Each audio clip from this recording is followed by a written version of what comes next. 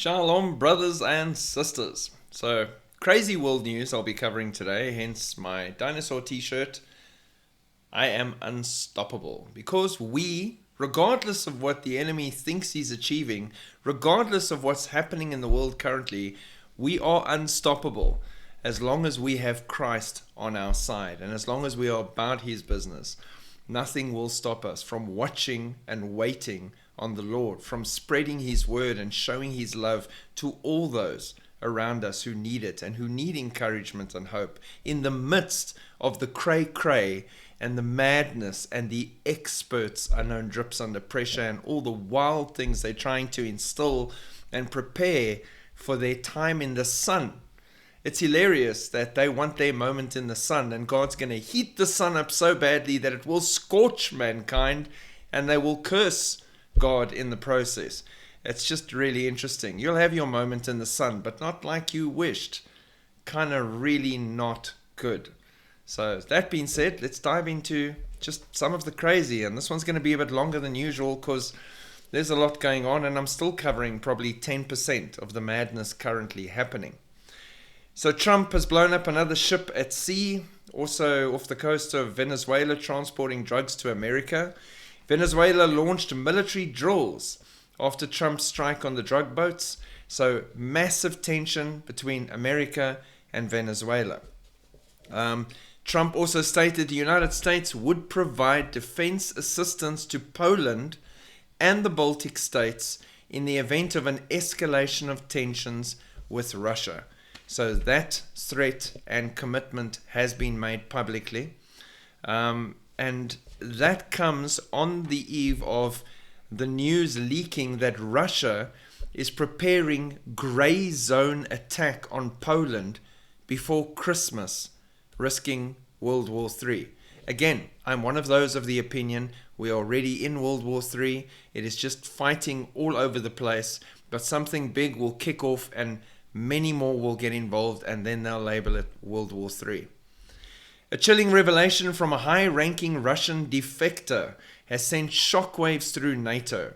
Tensions escalate along Europe's eastern flank as the insider's account paints a picture of calculated aggression designed to unravel the Western alliance without firing the first shot. According to sources close to the matter, the officer detailed a Kremlin-orchestrated plan for a non-nuclear assault on Polish territory before Christmas. A limited, intentional provocation aimed at testing NATO's unity and sowing political chaos across Europe.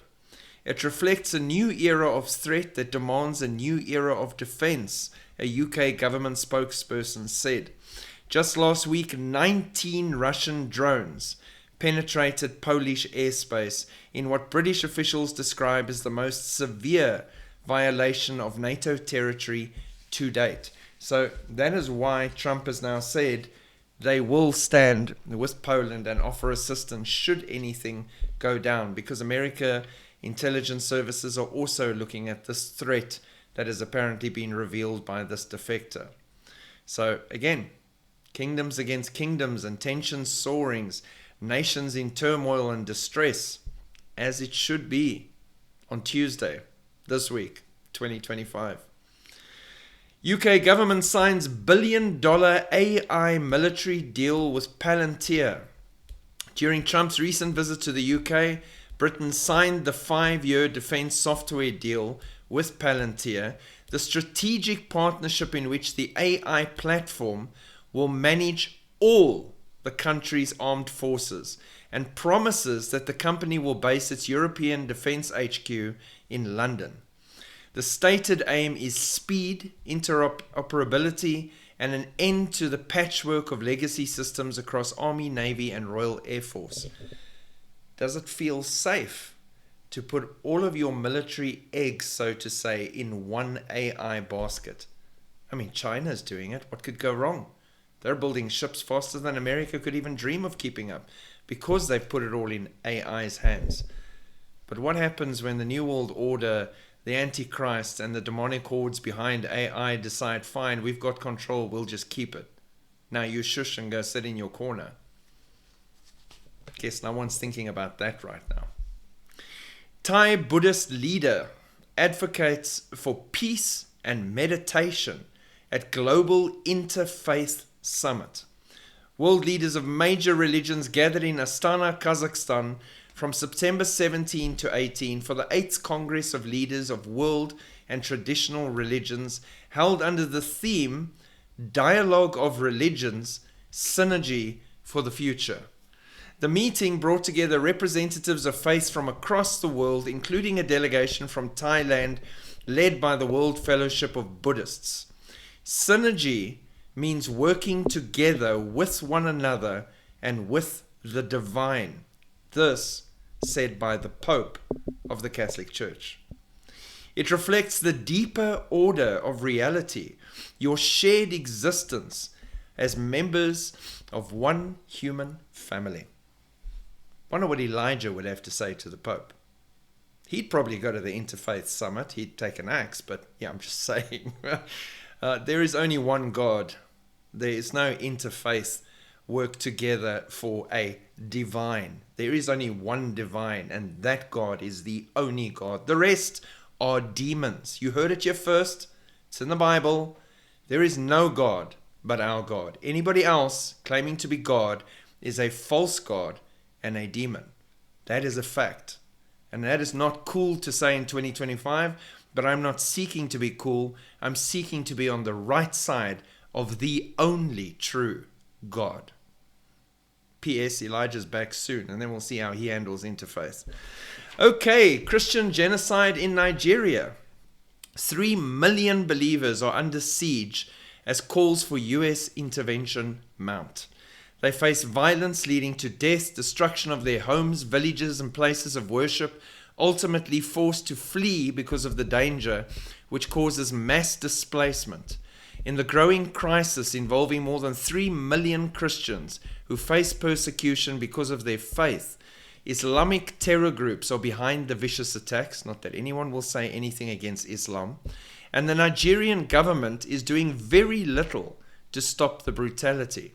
Making matters worse, recent studies on persecution show the atrocities committed in Nigeria account for 70% of all Christians killed in the world today. You don't hear about it in Western media. No one cares. They're too busy trying to stop Islamophobia. The group that is killing 70% of Christians worldwide just in Nigeria. Pray for our brothers and sisters who are suffering the worst kinds of persecution right now. At the end, here, martyrs. Then, Earth to pass through orbital debris stream of extremely large comet in October. Interesting. Signs in the heavens. Scientists have just discovered another giant space rock rapidly heading in our direction. Don't you think it's always funny that they have all these $1 trillion contracts and everything, and they're watching the skies and they're tracking rocks for decades, but they always are surprised when something pops out of the darkness heading straight for Earth. It's a shooting gallery, and God's got a lot of those lined up for Judgment Day. They think that this one will pass us at a distance of 0.26 astronomical units. If they're correct, it won't hit us. If. We are warned that Earth will pass through the orbital debris stream of the extremely large comet, and it could result in a significant meteor storm. The comet was first identified less than a week ago. A week. Do they really think they're doing like an Armageddon Hollywood movie where there's time to get a crew, pull them off their rigs in the ocean, go up there and get Bruce Willis on board and blow it up? No, not going to happen. It's officially been called C/2025 R2 SWAN, and it's already bright enough to detect using binoculars. But don't worry, people, not going to hit. NASA says it's okay. Definitely. Glad I'm leaving soon. Amazon recalls vitamins sold on its website over risk of deadly poisoning. They announced the recall on September the 16th, citing a critical flaw in packaging that fails to meet federal child-resistant standards. There's so much iron in the tablets, apparently. They're fine for adults to handle as a supplement, but it's over the limit of what could be fatal for a child, and it doesn't have a child lock lid. Mistake or premeditation? The earth has been shaken by 466,742 earthquakes so far in 2025. That's 2 days ago. Almost 500,000 earthquakes. That is huge. Normally, we see between 110 and 125 earthquakes of Mag 5 during a 30-day period. Earlier this summer, we witnessed 494 in 30 days. 100 to 494. But don't worry, nothing to see here. There's smoke and ash coming out of a volcano that's already caused trouble in the past, but don't worry, it's not going to go off. It's just breathing. Don't worry, it's just shaking itself loose. Nothing's going to happen. Comes a time when people really need to stop trusting the experts. Space weather expert, speaking of experts, warns that Earth may be on the brink of a catastrophic geomagnetic disaster. Yeah? Humanity could be staring down the barrel of a near-extinction event driven by our sun's volatile behavior and Earth's faltering magnetic shield. As the planet's magnetic poles accelerate towards potential collision, the risk of a solar micronova, a sudden explosive solar outburst, looms large, capable of unleashing tsunamis, climate chaos, I thought that was our fault, and a societal collapse that could wipe out up to 90% of the world's population. Ben Davidson, founder of Space Weather News and a prominent voice in geomagnetic research, delivered the prognosis during his recent appearance on the Matt Beal Limitless podcast. His theory posits that a micronova, a scaled-down version of a nova explosion on the sun's surface, could trigger the rapid geomagnetic reversal or excursion. While the micronova concept remains on the fringes of mainstream astronomy, Davidson argues the underlying cycle of magnetic instability is backed by robust geological evidence occurring roughly every, wait for it, 6,000 years. Now, yeah, they do believe in billions of years, but it's occurring every 6,000 years. We believe 6,000 years, Jesus, 1,000-year reign. It all fits 6 days, 1 day of rest. But anyway, every 6,000 years this happens. And with more devastating iterations every 12,000 years. Focus on the 6. This is a near extinction level event, and we are in the middle of it, he says, right now. Earth's magnetic field acts as an invisible force field, deflecting harmful solar wind and cosmic radiation that would otherwise bombard the planet. Auroras, typically confined to high altitudes, are now dazzling low latitude skies 15 to 20 times in mere years compared to once or twice a decade historically. Everything we expect to see unfolding now, confirming we're not just due, but it is happening, and it is a massive threat. The sun is a massive threat. It's going to be a huge part of this time of judgment. God's not destroying the world with a flood. The next time will be flames. And there will be scorching from the sun. There's an angel up there now getting ready and prepping everything and throwing switches and gearing everything up for his moment. It is happening and preparing itself now. So yes, he is seeing something legitimately scary coming. But for us who believe in Jesus Christ, who are redeemed, whose names are written in the Lamb's Book of Life, no stress at all. Congressman calmly explains there are entities, note the movement away from aliens to entities, and then from entities to spirits, and spirits to demons eventually. entities coming from 5 or 6 deep water areas. Maybe they came a millennia ago, but they're here and they're in the deep water. A baffling video has made rounds on social media showing Tennessee Representative Tim Burchett calmly claiming alien entities are on Earth and they're rising out of the ocean. Now, there is a lot of footage you can go look at and a lot of events that have been shown where these things are traveling at ridiculous speeds underwater. What if these are entities that are here on this earth, that have been on this earth for who knows how long, and we're thinking they're coming from way out, he says. Maybe they did a millennia ago, but they're here and they're in our deep water. And then when we have naval personnel telling me that we have these sightings, underwater craft they're chasing, that go hundreds of miles an hour, and the best we can do is just under 40 miles an hour.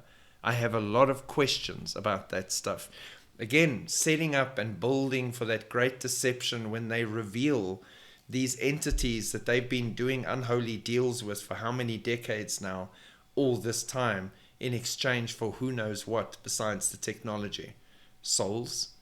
There's all sorts of stories when you really start going down that rabbit hole that you hear that just show you the demonic nature. And a lot of leaders and military leaders have said these are demons. These are not alien creatures from another galaxies. These are things that are aligned against God. There are witness testimonies of UFOs killing the engine of a vehicle and the people calling on the name of Jesus and the UFO fleeing. Why would a little green man flee from the name of Jesus if he didn't have evil intent or was demonic in origin?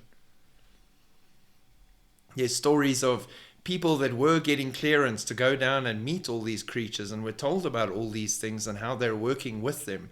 And one of the final questions was, do you believe in anything from the Bible? Are you a Christian? Because if you are, you can't go in. They sense you immediately and it aggravates them.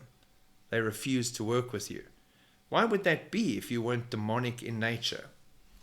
So there's lots of things like that, and you can drill into those on your own time. I am very convinced that it is Nephilim demonically inspired, and it will play a huge part in the end times, and it will play a huge part in them trying to explain away the harpazo moment. Tech giants are quietly moving to kill off the smartphone, betting on radical new devices that bypass screens entirely. So if your phone's getting old, don't upgrade. A, we're leaving, and B, phones are not going to be supported much longer. Tech titans like Elon Musk, Mark Zuckerberg, and OpenAI's Sam Altman are vocally championing the demise of these devices, envisioning a future dominated by brain implants, augmented reality glasses, and ambient AI companions. The mixing of iron and clay. The aim is radical, to eliminate physical interaction with devices entirely. No more tapping, swiping, or even speaking. Actions are triggered by neural signals alone. Musk's vision is a direct assault on the tactile tyranny of smartphones, promising a seamless merge of mind and machine, where queries are answered with a thought, not a thumb. Not to be outdone, Bill Gates has dipped his toes into the post-smartphone pond, touting digital tattoos from innovators like Chaotic Moon. We've covered that before. The skin-mounted marvels embedded with nano sensors monitor health metrics, authenticate identities with a mere glance at your wrist, subtle harbingers of a world where tech hugs the body rather than hijacking the hand. Interesting they put it that way, because right hand and forehead. So now, for the first time ever in history, for all those that have said, yo, but they've been saying he's coming back since our fathers and our fathers have died, so who are you? Never has anything been as ready as it is right now for the return of Christ, for the beginning of the tribulation and the wrapping up of human history. Besides the timelines that irrefutably prove in various ways mathematically that we are at the end of the 6,000 years, the sixth day, 2,000 years since he came, that he would come again, with various scriptures that I've covered here many times that show after 2 days he will return. And we're there. And then after that, a 1,000-year reign of peace. We're in that sweet spot. And not only that, never has technology been as prepared as it is right now for that end, for everything prophesied, for all eyes to see and all ears to hear. With all technology available, everyone will be able to see and know everything at the same time. It's all worked out for now. Everything is prepared for now, and it all aligns prophetically. And prophecy has a shelf life. That shelf life is now. We're waiting on the King. We see everything lining up all around us, and we're smiling through anything that comes, because we know not long now, and we're in the arms of Jesus. So share your faith boldly. Speak Jesus. Stand up and be counted. Make a difference before we fly. And then see you in the cloud party, people. Or the naughty corner, whichever one comes first. Shalom.